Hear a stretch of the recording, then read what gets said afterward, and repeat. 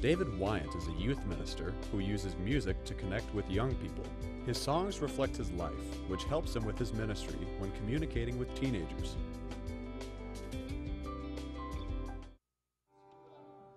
Yeah, it's all right. All right. So, for those of you who are keeping score, we got a new guitar. I know it's fancy. It's so fancy that we don't know how to work the damn thing. So, I don't really know what I experience kind of everything through music. It's just sort of the way that I go through life. Like there's always a soundtrack, it seems like, in the back of my head. And I relate so much to music. And so a lot of times when I'm going through some sort of situation, whether it's good or bad, it seems like there's always a song that seems to go along with it.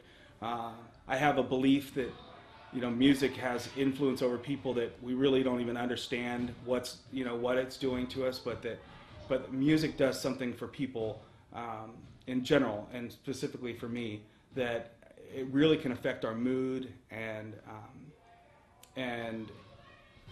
I think it personally that it does great things for your mind and for your spirit to be involved in playing music in some capacity, but even listening. I don't know. I don't know if I've answered that question or not. How would you describe Dave? Dave really knows how to relate with the youth. He does an excellent job conveying a message in a way that most youth can understand, as opposed to maybe traditional service or even the contemporary service messages. He really knows how to get it down to I won't say down to a level, but in something that relates to them, so it actually has useful meaning to them.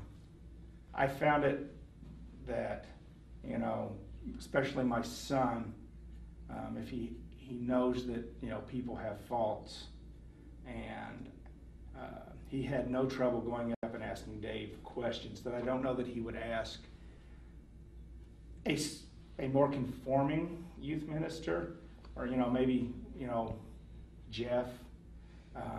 So that works out really well, and I think the youth understand that if they talk to him, he may not have been there, but he's been in places similar, and so they feel real comfortable letting him know, where they are and where they're having problems and stuff. Makes it fun. We get to do all kinds of songs. He's gotten us we played at Explosion, and we're going to play at Annual Conference. So he's taken us to places that we weren't at before he got here. And he's made it so we get to play a lot more frequently. We went from one Sunday every 3 months to every Wednesday, and then on youth Sundays. And he's incorporated us into the Summit Band, so it gives us more playing time and more experience. And he's helped us hone in on our talents and incorporate people into the band. And he's a great band director, and we're happy to have him. Kids they're fun, they're entertaining. I enjoy just all the activities with them, just hanging out with them, even to a certain point.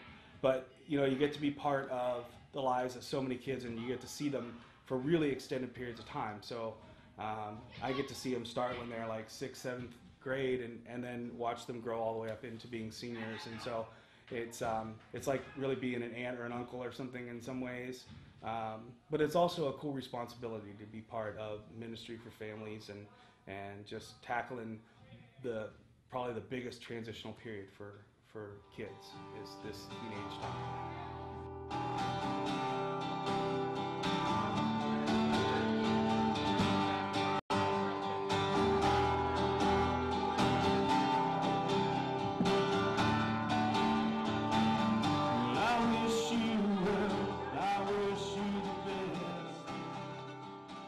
I don't know. I wanted to be famous, famous singer.